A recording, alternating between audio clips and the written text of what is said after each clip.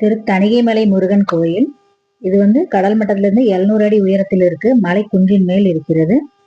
முருகப்பெருமானின் அறுபடை வீடுகளில் இது 5ஆம் படை வீடு. மலைக்கு செல்லும் 365 படிக்கட்டுகள், வருடத்தின் 365 நாட்களையும் 12 தூண்கள் 12 மாதங்களையும் குறிப்பதாக நம்பப்படுகிறது. திருமாலின் மகள்களான அமுதவல்லி, சுந்தரவல்லி இவர்கள் இருவரும் முருகனை மணக்க வேண்டி தவம் புரிந்தார்கள். இவர்களின் அமுதவல்லி தேவியானை என்ற பெயரில் இந்திரனிடமும், சுந்தரவல்லி வள்ளியாக நம்பிராஜனிடமும் வளர்ந்து வந்தார்கள். முருகனை வேண்டி தவமிருந்து மணந்து கொண்டார்கள். சகோதரிகளான இருவரும் வேறில்லை என்பதன் அடிப்படையில் இங்கு வள்ளியும் தெய்வானையும் ஒரே அம்பிகையாக கஜவல்லி என்னும் பெயரில் அருள்பாலிக்கிறார்கள்.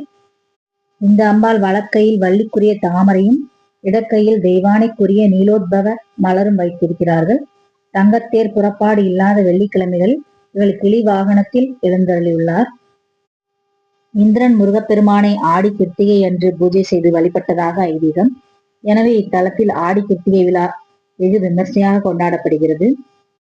இந்த விழா 3 நாட்கள் நடைபெறும். இத்திருத்தணி முருகன் கோயில் கிபி 9ஆம் நூற்றாண்டில் சோழர்களால் கட்டப்பட்டது. இந்த திருத்தணி முருகன் கோயில் தமிழ்நாட்டில் தொண்டை மாநிலத்தில் மிகவும் முக்கியமான முருகன் கோயில்.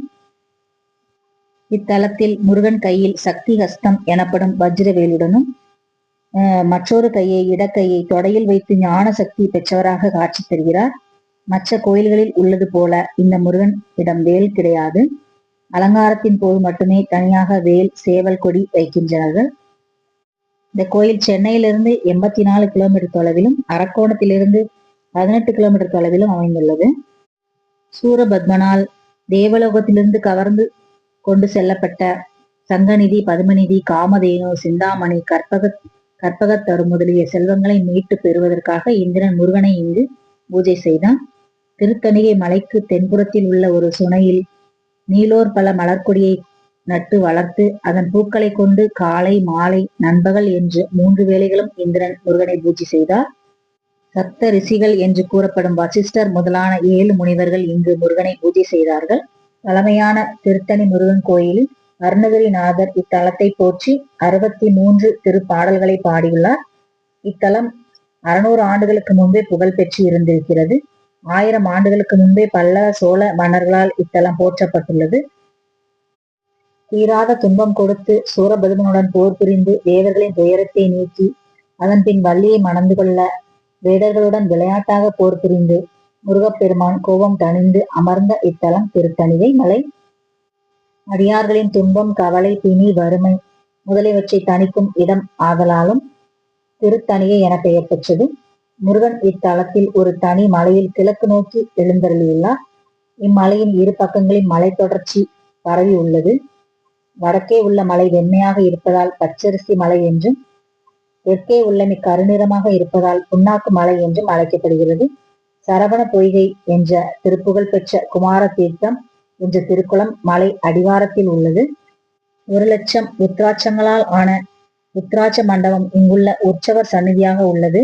முருகப்பெருமானின் அறுபடை வீடுகளில் 5வது படையாக அமைந்துள்ளது இது.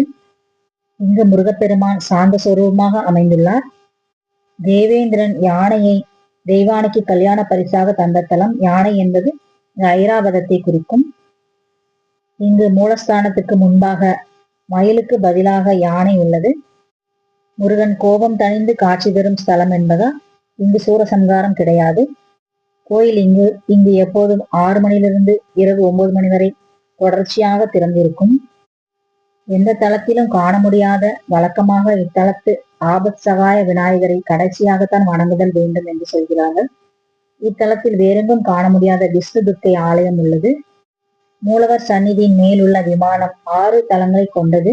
இத்தலத்திற்கு குன்று தோராடல் என்று சிறப்பு பெயரும் உண்டு. முருகன் இங்கு யானை வாகனத்துடன் காட்சி தருகிறார். அதிலும் இத்தலத்தில் உள்ள யானை வாகனம் சந்நிதியின் வெளியே பார்த்தபடி இருப்பது விசேஷமாக உள்ளது. இந்த கோயிலில் பைரவர் வேதத்தின் வடிவமான நாய் வாகனத்துடன் காட்சி தருகிறார். சில தலங்களில் 2 நாய்களுடன் பைரவரை காணலாம். இங்கு 4 நாய்கள் வாகனங்களுடன் அவரை தரிசிக்க முடியும். ஒரு நாய் வழக்கம் போல் பைரவருக்கு பின்புறம் உள்ளது. மற்ற 3 நாய்களும் பீடத்தை சுற்றி இருக்கின்றன. அவை 4 வேதங்களாக கருதப்படுகிறது. ஆங்கில புத்தாண்டின் போது மலைப்படிகளில் மஞ்சள் குங்குமம் வைத்து கற்பூரம் ஏற்றி 365 படிகளுக்கு பூஜை செய்து வழிபடுவார்கள். வள்ளலார் அவர்கள் கண்ணாடியில் முருகப்பெருமானின் தரிசனத்தை கண்டு அருள் பெற்றவர். அந்த முருகப்பெருமான் திருத்தணிகை முருகப்பெருமான் என்பது குறிப்பிடத்தக்கது. திருத்தணியில் சுற்றுக்கோயிலில் உள்ள பாலமுருகனுக்கு ஆருத்ரா அன்று வெந்நீர் அபிஷேகம் நடைபெறுகிறது. இங்கு இந்த பதிவு பிடிச்சிருந்தா லைக் பண்ணுங்க. வெற்றிவேல் முருகனுக்கு அரோகரா. வணக்கம்.